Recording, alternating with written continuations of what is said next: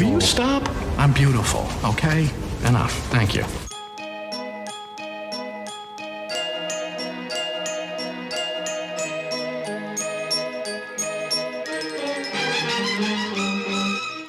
You sit back now, just relax now.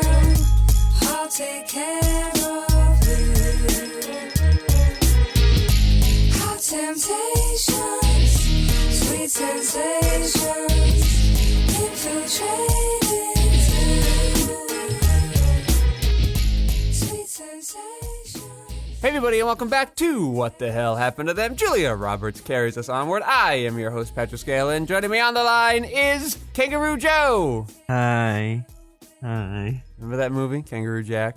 Yeah, hold on, I can do this. Anthony Anderson. Yep. Oh my god, why can't I remember that guy's name? Jerry O'Connell.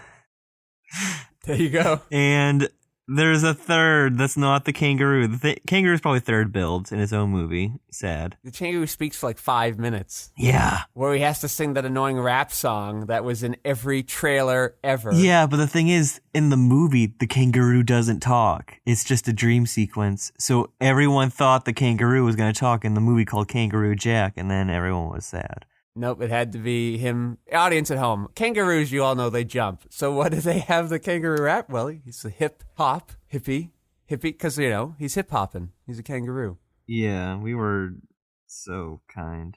It's a simpler time. And of course, Jerry O'Connell and Anthony Anderson, their movie careers went really well, having both had to live on TV for a while since this movie. So that movie is an hour and 29 minutes. How long do you think the credits are?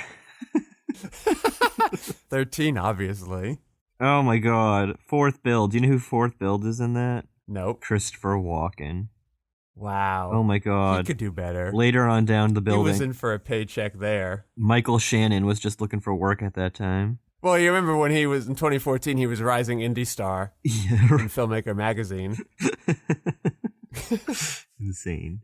2014. The guy had been working for over 15 years. There was a lazy interview they pulled off there. Kangaroo Jack. It's no big fat liar, I'll tell you that. Ah, speaking of Paul Giamatti. Yeah. Wow. Incredible segue. Yes, what movie are we doing this week, Joe? This is Duplicity. Can you give me the Merriam-Webster's definition of duplicity? Well, yes, it is Mr. and Mrs. Smith, The Dating Years. Oh, yes. Its alternate definition is a more romantic The Conversation. More. You think that movie was romantic in the first place? Yes, this one's more, though. Maybe with Gene and his saxophone. No, it's obviously with the two. Well, I don't want to spoil it. What? I've seen The Conversation. No, I don't want to spoil it for the listeners. If they haven't seen The Conversation, a movie that's almost 50 years old. Well, I'm not giving up the ghost. They gotta watch it. Everybody's got it. Just came out on Blu-ray. Watch it, everybody. The Conversation just came out on Blu-ray. It just came out on Blu-ray. That's why they had it back in theaters. Yes, the noun is deceitfulness and double dealing. Yeah, that's what the definition means. Though, if you wanted to be old-timey, it also means doubleness. Doubleness. You know, should that ever come up in a conversation. But aside from that, what's the synopsis of Duplicity? 2 ex-government agents turned rival industrial spies have to be at the top of their game when one of their companies prepares to launch a major product. However, they distract each other in more ways than one. Yep, they do. A lot of sleight of hand going on here, a lot of capering. I like to call this less interesting Ocean's 11. Also, less followable. Yes. It was getting, I was like, how many times are we going to jump back in random times? It was 18 months ago, 14 months ago? Really? Yeah, and it's not, you don't have to spoon feed us everything. You could do interesting world cinema type narrative techniques, but the movie doesn't do that. It's just so bloated. It's way too long. It can be hard to understand why people are doing things sometime. Again, not in an interesting world cinema way, because the movie eventually does tell us, but it takes, I don't know, the information's there, it just doesn't know how to give it to you. And the movie also very confused what tone it wants. You know, when I was looking up this movie, to find a place to watch it. It was billed as a thriller rom-com. What? Joe, where on the scale of Harry Met Sally to the Parallax View do you think this movie falls? Let's see here. I think you already said it. Big Fat Liar. Yes. And I liked the beginning. I liked just the slow motion Paul Giamatti, Tom Wilkinson fight with the credits. Yeah, that was fun. I was into that. I thought we were going to get something fun here. I liked the idea that this wasn't James Bond levels. They're not trying to save the world. Governments are not rising and falling thanks to their spying. It's like mundane, low to the ground, corporate espionage. Not everybody is super great at their jobs. They're just like regular dudes trying to make it work with limited human knowledge. But so boring. Yeah, I was very bored as well. If it's a thriller, I was not thrilled. If it's a rom-com, did not laugh. So what are you, movie? But the talent involved in this movie, let me tell you. No. Clive Owen and Julia reunite. Yeah, that's a nice reunion. Feels like they're continuing on from their last one. Paul Giamatti returns to complete his Before trilogy with Julia. Yes. So crazy. And yet has only been on set with her one time in one of those movies. Yeah. Kind of odd. Tony Gilroy wrote and directed. You know that I love Michael Clayton. This is his follow-up to Michael Clayton, and what a bizarre follow-up. Yeah, what an odd follow-up. They're like, hey, Academy Award nominee, you can do whatever you want now. And he's like, this movie? Yeah, this one. This is Do you think one. George was like, hey, Julia, come on, help him out. He's a good dude. Yeah. I'm not gonna I know the script makes no sense, but yeah. I mean, yeah, I'm not. I gotta prep for the Sandra Bullock space movie I'm doing, but you go. That is years away. That is so far away. That movie came out in 2013. Yeah, I have no idea what else he did in that interim. Well, no. What was that movie he was in? The Descendants? Guess that one was next. Yeah, that was definitely 2010. So yeah, I gotta do this other Academy Award nominated film, but you can have Duplicity. Yeah, you can do Duplicity with Clive. She's like, what movie are you doing? He's like, oh, the movie written by the Dean from Community. And she's like, what? The guy who plays Duke, you may remember from Charlie Wilson's War for 5 minutes. God, Dennis O'Hare, he has shown up in so many movies I've watched this year already. Yeah, he's one of those character actors, just everywhere. Yeah, he was definitely at the beginning of Michael Clayton. He's the guy that George Clooney has to help out at the beginning of the movie. That's true as well. He didn't get his film career started until the 2000s. But look at him go. Yeah, but you're right on Julia and Clive picking up where they left off, because there's a lot of extended talking scenes between the two of them. It's just minutes and minutes of them talking back and forth, and it's not as deftly directed or as well written. Not to poo-poo the director totally, because I think he directs enough scenes pretty well. He's always working on moving the camera, just keeping us busy and distracted as we're getting loads and loads of information to explain how corporate espionage works. But when it's just Julia and him alone, he seems to take his foot off the gas, and that kind of highlights the weaknesses of the film and the script. Even though it wasn't the right time to keep things interesting and exciting, perhaps he should have. This movie said it was shot in 80 days. What do you think of that? 80 days to shoot for this? One. Yeah, it feels like they're all just in rooms. I mean, they're on a couple of locations. Oh, my goodness. I mean, the movie is 2 hours. Yeah, 2 hours, 5 minutes. You're shooting a page and a half a day, which isn't abnormal for Hollywood, but, I mean, come on. Yeah, I don't think that's something to brag about. I can't believe we've gone this long and you haven't mentioned that there's a cast member from The Good Wife in this. Oh, Carrie Preston. She's right. She's right here next on my notes. Mm-hmm. Sandy blonde hair. Not her trademark red hair. Yeah. This is the second Julia Roberts movie she's in. I can't wait for her to complete the trilogy. Having likely said no words to Julia Roberts ever. No, I think it's funny our what the hell happened to them bingo. It's just you have to always mention a Good Wife reference in an episode. The Good Wife or Frasier. I'm game. I'm ready to go. Oh, I got 2 pegs there. You mentioned Frasier without actually talking about Frasier. Yeah, it happens. I can't believe it. I got some information for you. What you got?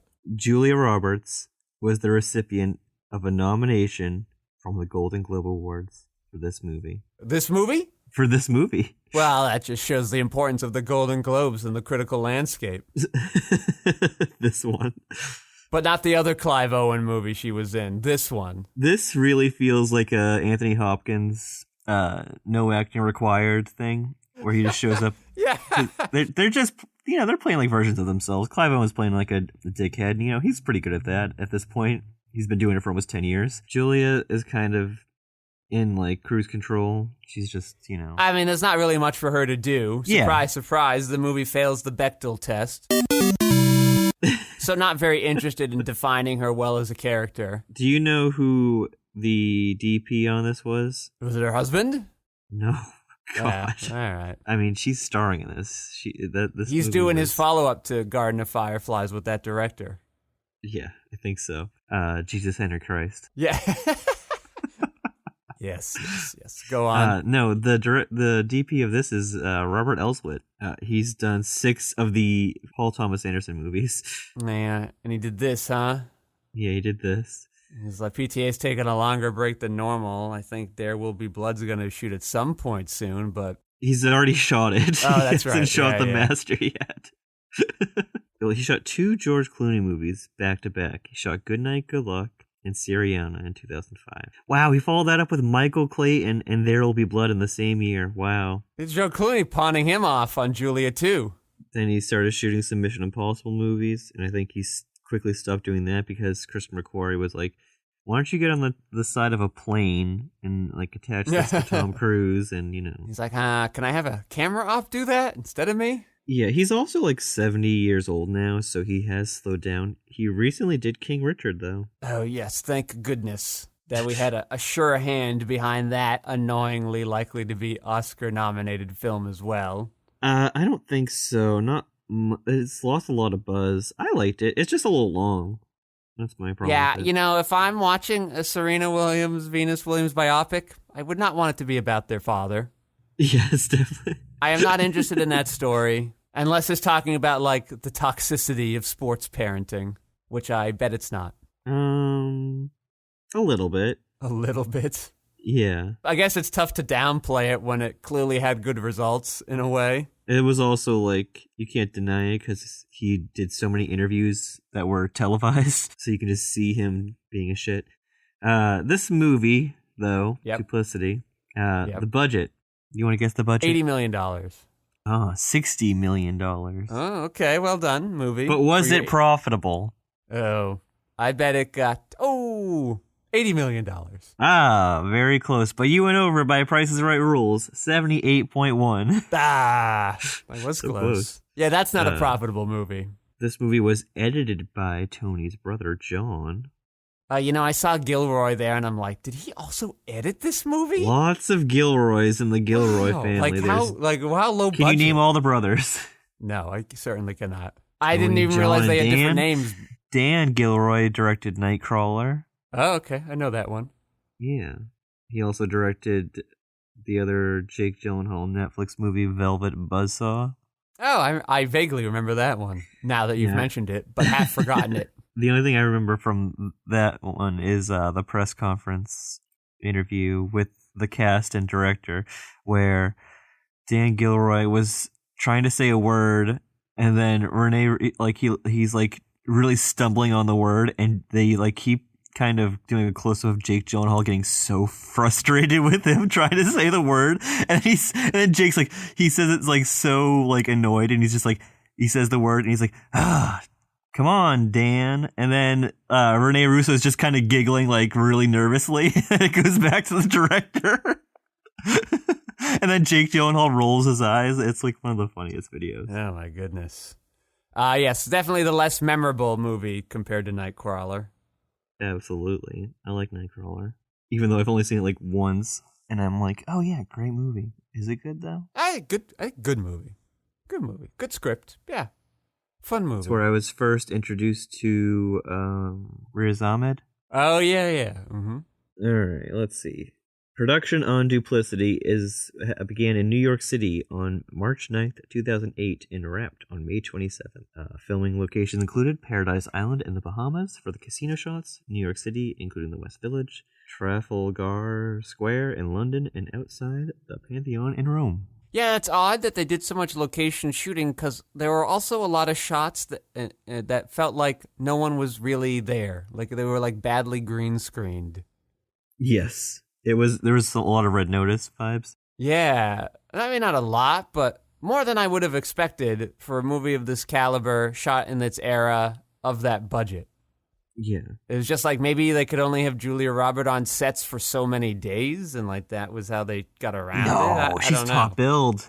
I know. I'm trying to figure out why they would use the green screen in like awkward places. You want to know what Roger said?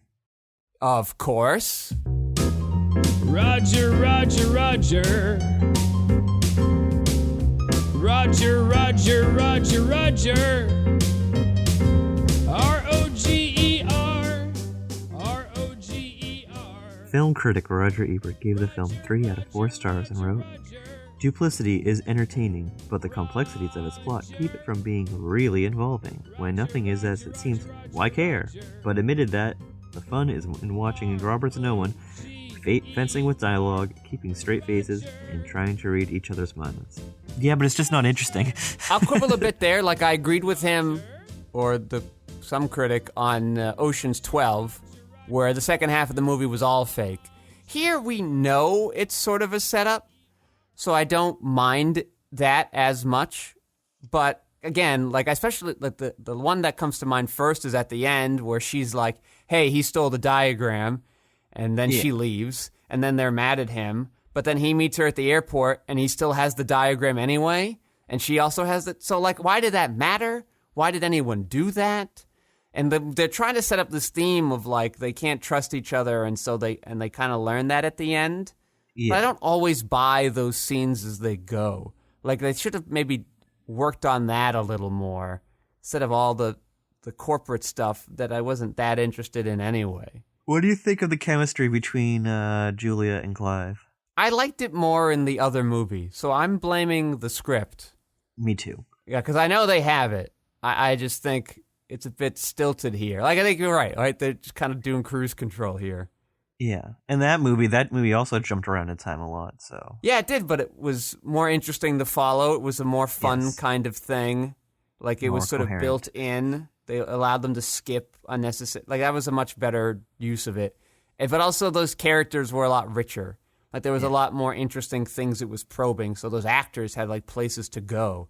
And here it's just like, caper. A very bland caper. Even like the stuff that they're going after, which is like some hair cream. And then they like say, hair, is it lotion or cream? And I'm like, that is exactly how I would describe this movie.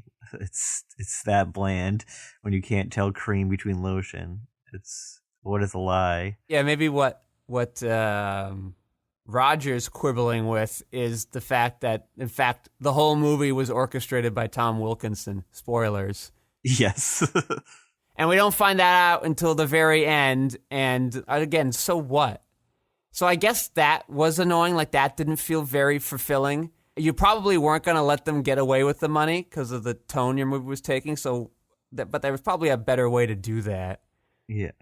Like, it could have been like them sabotaging each other, and then they each ended up with the wrong version of it. But I guess then it's harder to hurt Paul Giamatti. But why do I want Tom Wilkinson to win then? I don't know. Concept was sort of flawed from the start. Absolutely. I wasn't very invested in this, and it shows, but it's also like, I don't know. Take a couple more years between your scripts if you have to. The script was attempting to give Julia Roberts' character these Vicky Valancourt vibes, but they never really got to translate well. You may remember Fairuza Balk's role in The Waterboy. Yes. Movie I just and I was like, ooh, we're going to get some of this. Ooh, I'm going to get all hot and bothered. But then, nothing really going on there. But, I want to talk about some people in the credits that I was surprised who showed up. There was a stand-in, Danny Aiello 3. What? Do you think it's the grandson of Danny Aiello? How young was he? I don't know. It just says there's a stand-in. Also, the second AD, notable actor from Boardwalk Empire, Michael Pitt. What? Where are you seeing this? In the credits. Listen, Joe, I'm tongue-in-cheek here. I strongly don't believe that these are actually the movie star people. I just think they had the same name. Okay, well, I'm looking at the crew on Duplicity right now, and I see none of these people listed. What? They're there. I saw them there. In the crew? In the crew. In the credits at the end of the movie. Oh. I guess Letterboxd got it wrong then. Maybe the movie had it wrong. That'd be so funny. You listed my name wrong. Yeah. That's They're like, happened it before. doesn't matter. No one's going to see this. Do you know who did the music for this, though? Yeah, it was like a real music dude. Yeah, James Newton Howard. Yeah. I've not always liked his scores. This one was okay. I don't mind this one. Can you name other Julia Roberts movies he's done? I know that's what I'm trying to think of, because I know I there was see one I two. really, really didn't like. No, we haven't 5, 6, but we haven't done the sixth one. 7, Oh, Jesus. 8. Yeah, they're really only like our 4 composers in Hollywood. Ooh, I've got a quiz for you. Can you do it? Can you do these movies? I cannot, no. Mm-mm. All right. Well, can you try? Nope. Can you try to name at least 2 other ones that we've definitely covered? So we've watched these movies. I know. The only one I can think of is the one Hans Zimmer did with the guy from Wow. that Topher Grace movie, Dennis Quaid. Wait, In Good Company? What are you talking? Yeah. Oh, wait. Yeah, I remember the Julia Roberts movie he did that had Hans Zimmer as the composer, and I was like, what? I guess I'll list them for you, but it could have been a great quiz. I don't know. Okay. Well, can you name? All right. I'll give you some hints. Can Yeah. you name? Because these are the movies that he did the scores for. Can you Mm-hmm. name the 2 Julia Roberts Richard Gere movies that we've covered? Pretty Woman, Yes, that is one of them. Runaway Bride. That is another one. Okay. And what was the last Mike Nichols movie we covered? Charlie Wilson's War. That is another one. Oh, we just did that one. Yeah. What is the movie that Julia did with Cameron Diaz? My Best Friend's Wedding. That's another one. Big fan of that movie. Yes, that's a good movie. Surprisingly big fan of My Best Yeah. Friend's Wedding. It's pretty great. I'm glad I bought that one. That movie works, yeah. There's a movie coming up that we have not done, but it is right around the corner. Well, no spoilers there. Okay, fine. And I think there's 2 more. The next one is a movie she did where she falls in love with John Cusack. Can you name that one? Oh, American Sweethearts. Yeah, that's great. And then the last one I'm seeing here is a Joel Schumacher movie. Remember, she did a couple of those. But Oh, which one yes. Is Is it Flatliners? No. What's the other one? I don't remember the other one. The one where someone's dying. The cancer movie? Yeah, but what's the rest of the Dying title? Young? There we go. What a weird movie for Joel Schumacher to do. Yeah. What a weird and terrible film that he did. I think that was Is that the the movie I hate. I think that same- was... Is that the same year he did Flatliners, though? When did he? He did They are Flatliners close the year together. before. Yeah. That's the one he followed it up with. Dying Young, I think, was the movie where I was talking about how crappy his score was. And in his defense, I bet he wasn't trying because he saw the movie. Yes. He's just like, doesn't fucking matter. Oh my god. Dying Young. That was a rough period. It was. That was a bad one. And that one we couldn't find. Like, I had to go to a weird, sketchy site to sketchily stream it with a million ads just because the only way to watch it. Good thing they didn't want to remember that movie. We're more than halfway through now, but what's probably the worst Julia movie? Oh, we're more we've than halfway watched? through at 35 films? Thank God. Wait, we're 35 in? Wow. Yeah. Good job, us. Yeah. It's been a We've crazy been doing half this a since year. like what, May of last year? I don't know, probably. It's been a while, it seems. Well, what would you list? I want to know your favorite, but I want to know your least It's Full favorite. Frontal, obviously. Obviously, Full Frontal. That's your favorite one? I don't know what movie in our podcast ever, like with the people that we are likely to follow, I don't know what could top Full Frontal. That I'll movie was tell you so right good. now. What? It's called William Madison. What the fuck is that? Billy Madison. Oh, Billy Madison. I see. No. I do like Billy Madison, but no. Full Frontal, genius movie. Okay. Nah, we'll worry about this later. Listen, because we got a report from our man on the street, Mr. Paul Jeremini. Oh, hell yeah. On the street, on the street. I think there's something stuck on my feet. My feet's great. I feel great. I could eat a whole pound of ham. Hello, Mr. Sidewalk. Yeah, so this is an interview he found from Men's Journal about The Rock talking about how hard and arduous he had to work out for Black Adam.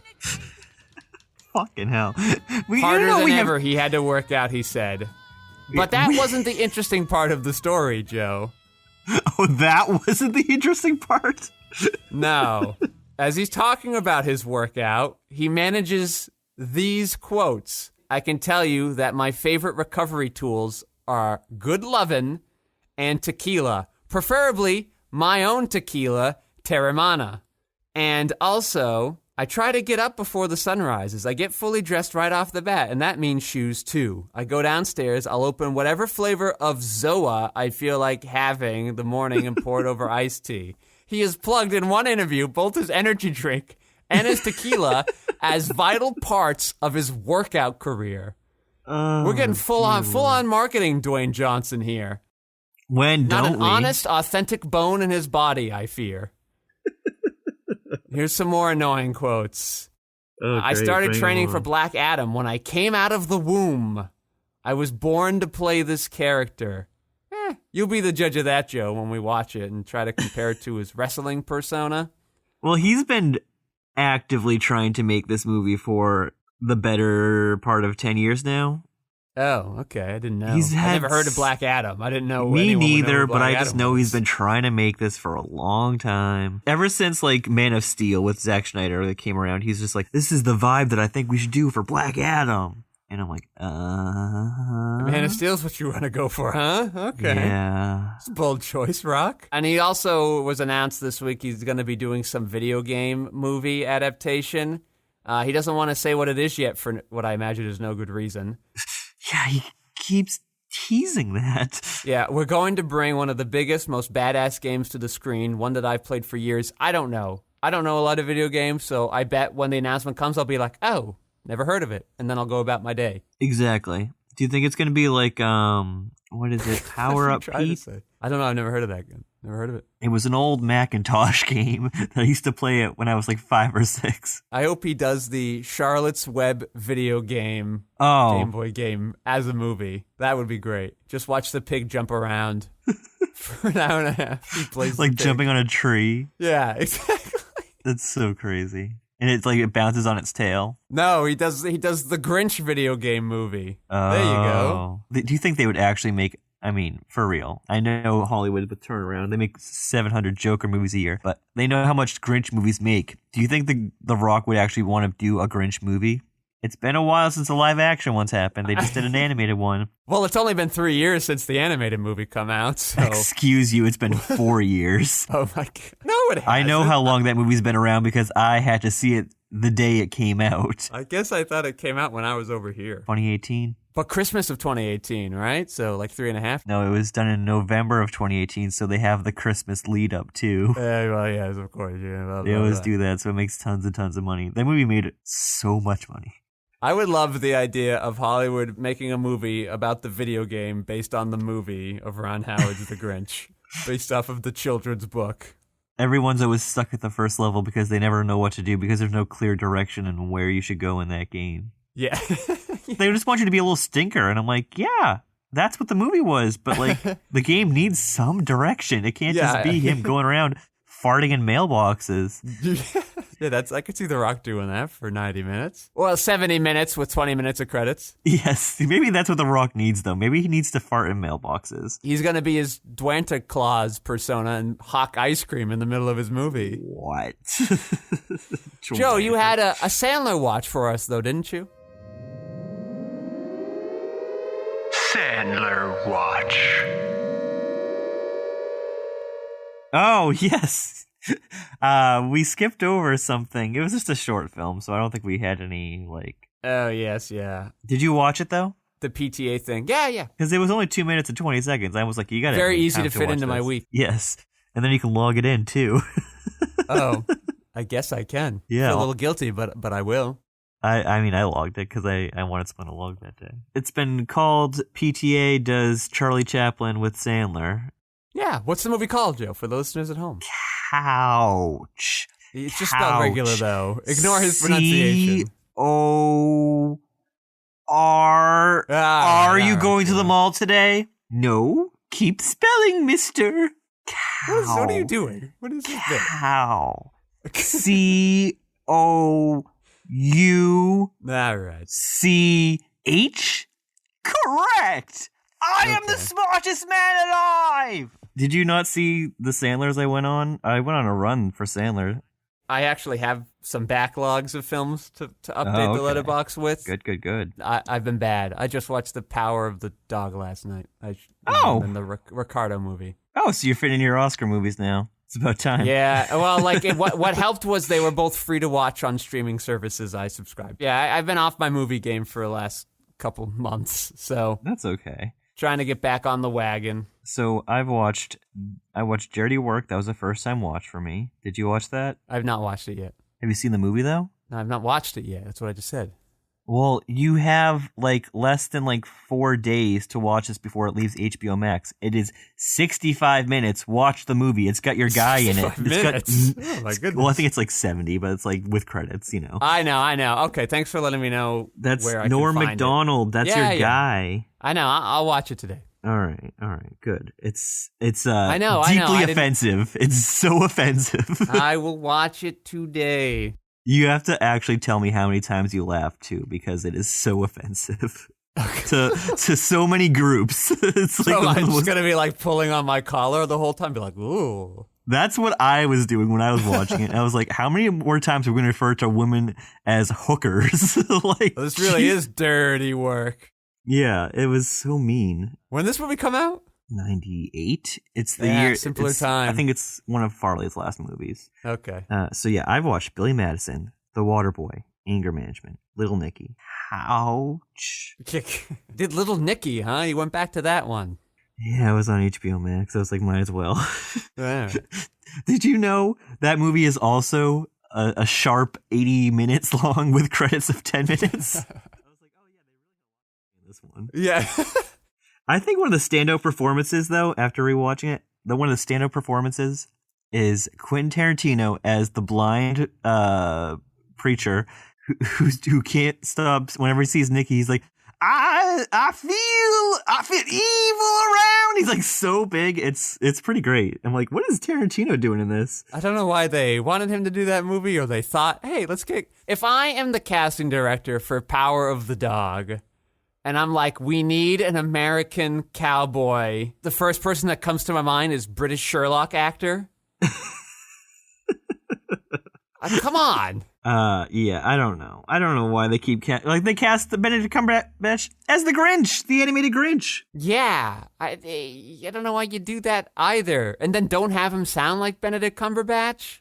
Yeah, he just sounds like He sounds like weaselly office worker. Very Grinchy, I know. Dumb movie. Power of the Dog was okay, but the Grinch, dumb movie. Oh yeah, I like Power of the Dog. That was good. It was all right. You just like your new Philip Seymour Hoffman's in there. Oh. Yeah. Jesse Plemons? Yeah. Jesse Plemons, let me tell you something. That we lose halfway through the movie. He's just like gone now. Very true, but Jesse Plemons is going to be having quite the fucking year this year. He is the star of the new Martin Scorsese films, co-starring Leo and Robert De Niro. Wow. He's in good company. He's top billed in that. Don't forget his turn in the critically acclaimed Jungle Cruise. Okay, well, everybody takes a paycheck, you know? No one's... De Niro was in the war with Grandpa. Yeah. And Jesse Plemons, you know, he's got to be his big German boat guy. And I appreciate that the movie let Kirsten Dunst look her age. Yes. It was very nice of them to do. You know that Kirsten and Jesse Plemons are married in real life? What? Yep. I did not know. Really? What a power couple. I love it.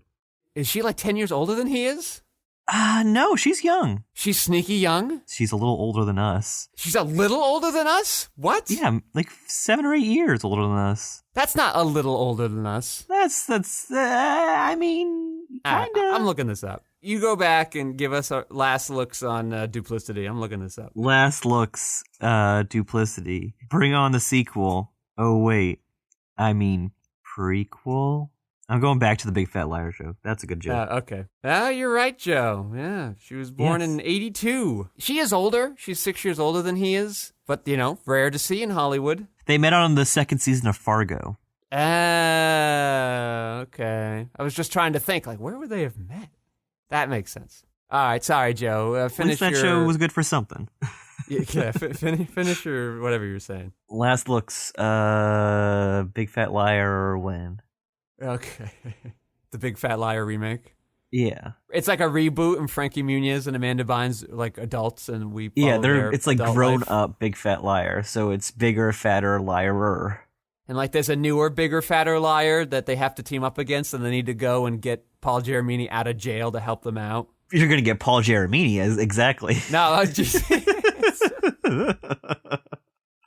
Paul Giamatti. You could see how I would mix up the two. Yeah, sure.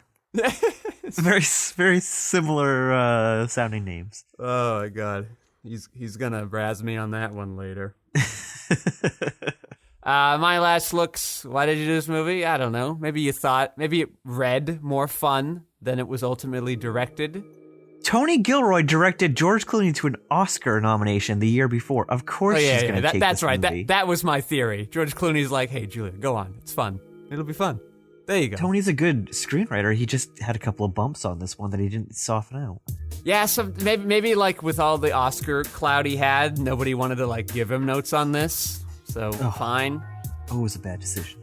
Nah. Well, sometimes notes are really bad, but sometimes scripts do need notes. Especially with these types of movies, it's easy for him to be like, I know what's happening, because he wrote it. So I understand that trap to fall into, but... Tony Gilroy is a famous script doctor, though. He comes in and fixes your script, so it's just funny that he can't fix his own script. If you're on the inside, it can be tough to see these things. I get that gap. I do. It's fine, Julia. You're in enough good films. I can forgive you this one. And it wasn't unwatchable. There was just a lot where I'm like, what? It's just long. That's my only problem with it. It's really long. Oh, there was a bug in there, a smoke detector the whole time. All right, whatever. Don't care.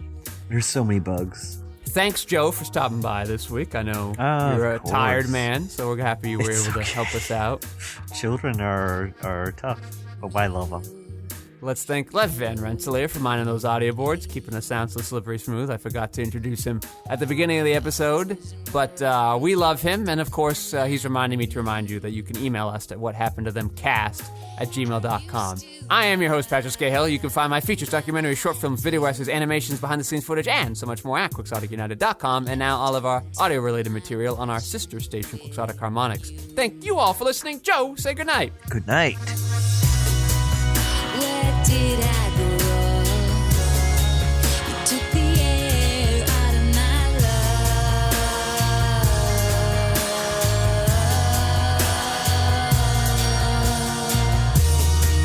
Where did I go wrong? I'm hearing I wrong announcing I find you right. Well, he's been all rapscallion last night. Oh, yes. He decided last night that it was the night where he decided he knows how to escape his crib for the first time. So he does not like to sleep in his crib anymore. You gotta start cellophaning the crib now on top. Well, he did not feel good last night. That was a clear thing. But he also has issues communicating because he knows 8 words. And the 8 words he rotates are blue and truck and vroom vroom and mommy and daddy. And there's a few others thrown in there, but... Well, just give him paper and pencil and then he can write it out. You don't think I thought about that already? Maybe there's something wrong with his voice so he can't speak, but he could write. Yeah, I gave him some writing stuff and I was just like, here! Yes. Pen Do me the the thing. next American novel, please. Yes. He's like, vroom? It's just a 5 feet by like 3 feet crib. He's stuck in there, and he's like, I found out how to escape, but he didn't have like a little boy's life to save that he gave birth to. I mean, he's got nowhere to go. Why does he got to escape so badly? He doesn't have a social life. Yeah, well, he really wanted food, but then we were like, you've had enough food, and then he's like, I'm hungry, and I'm like, there's no way you're hungry, you're bloated, maybe you need to go to the bathroom, and then it was clearly that. Just tell him there's no more food in the house. He's a child, he'll Well, believe he it. knows that's not what's gonna happen, because he knows Daddy takes care of the house. Well, tell him that things are going to change around here. Daddy's going to be a worse daddy if you keep escaping your crib. You say that, but he will remember that for the rest of his life. Yeah, listen, you're going to scar him anyway. You'll just, like, pick and choose your battles now. Yeah, I know. I don't want to scar him, though. I want to avoid all of the scarring that is supposed to happen. Lofty ambitions. You know what, though? He won't remember all the nice things you do. When he turns 13, all of a sudden, all those nice things go away. And he's like, I hate you, Dad. You know the older lady actress in this? I do not know her personally, no. Well, I'm not asking if you know her. You did, though. I'm saying, like, do you know... I think her name was Kathleen Chalfant. She was in Old last year, but I think I really remember her from Hereditary. I think she was the grandma in Hereditary. She's been busy. Not really. Those movies are like years apart. Yeah. Maybe she had some stuff in between. I'm not on her IMDb page. I am, and I'm looking at it, and I'm like, Yeah. Jump in the Boneyard? Ooh, that is an adult film. It is? That sounds like an adult film about octogenarian sex. The tagline is, brothers don't always love each other, but sometimes they have to. Yeah, there you go. A gay Can you imagine? pornography. Jumping the Boneyard. Come on, Joe. Manny tries to get his crack addicted brother, Danny, to clean up. That's what that movie's about. Stars Tim Roth and Sam Jackson, Kevin Corrigan. Yeah, the only brothers I'm interested in seeing are Danny DeVito and Arnold Schwarzenegger. Well, that movie might be interesting to see, to watch a very young Jeffrey Wright, because this movie's from 91. Jeffrey Wright plays Derek, and Luis Guzman plays Taxi Driver. Wow. What? Up for the role of his life. From the feature film Taxi Driver. That's a big Yeah, role. he plays the taxi driver from the movie Taxi Driver. That's where everybody wants to be. Can I tell you, I was sitting here this morning and being like, I had a movie I saw Thursday. I want to talk to you about it, Joe. And it just completely blanked. I can't remember what it was. And then it finally just hit me. It was Being the Ricardos. And of course, that tells you everything about my experience with the movie. Yeah, that was my experience too. That was a very nothing movie. And we were set up though. I'm like, this is what I'm talking about. Sorkin likes doing this in his biographies. We're just in 1 week of Lucy's life. This is really interesting. And then we just ended up jumping around anyway. And I'm like, no, go back to the week. Yeah, the structure makes no sense. Yeah, and then the movie ended. And I'm like, wait, the movie was about their relationship? How did I miss that? You didn't. There was nothing to miss. I mean, like, I guess I knew it was in there. I just didn't know that was how we were going to end. Like, it didn't feel like that's what we were building to. You know, it's a real bummer. What? That's like one of the front runners for all the Oscars this year. Well, of course. It's Hollywood patting itself on the back. And there were a lot of little things they slipped in about women's representation. But it turned out then Lucy was the one fighting it anyway. So we're going to celebrate that? Yeah. That movie was just so bizarre to me, and I'm like, how is this one of the front runners? I mean, the Academy loves picking terrible movies to win Oscars. I know, but it's so sloppily put together. They love it. Doesn't matter, Joe. Ugh. Perhaps you remember Academy Award nominee The Help? I don't. I never saw it. Yeah, that's the correct answer. Nope. Now, at that point, I think I was like, I still was watching Oscar movies, but like, I dipped out for a little while because I was like, this is terrible. But then a couple of years later, I'll be like, I'm watching all of them again. And then I'm like, why do I watch all of them again? I've given up. You know, I was going to watch this movie anyway. Like, it didn't matter if it was good or not. So I don't regret it, but yeah, thought I'd get more. And Nicole Kidman's voice, though, pretty accurate. He's Yeah, pretty she spot did a on. good job. Javier Bardem was just like, He's like, I'm gonna do my thing. I'll do what I do. It's fine. And then like a million TV stars are in this movie, Yeah. which feels fitting, but like it's just weird having your 2 Academy Award winning nominated movie stars surrounded by like TV people. Well, J.K. Simmons won an Oscar. Yeah, I guess that's true. Though he did have a TV show for half a year. Are you slandering the great name of Oz? No, yeah, I forgot about Oz. Yeah, he was in 6 seasons of Oz. Yeah, all right, I forgot about Oz. Before Prestige TV was Prestige TV. Yeah. Okay, well, Yeah. we're both tired. Let's just do this. Yes, I'm tired. Let's just do this. Let's Nike, shall we? Yeah.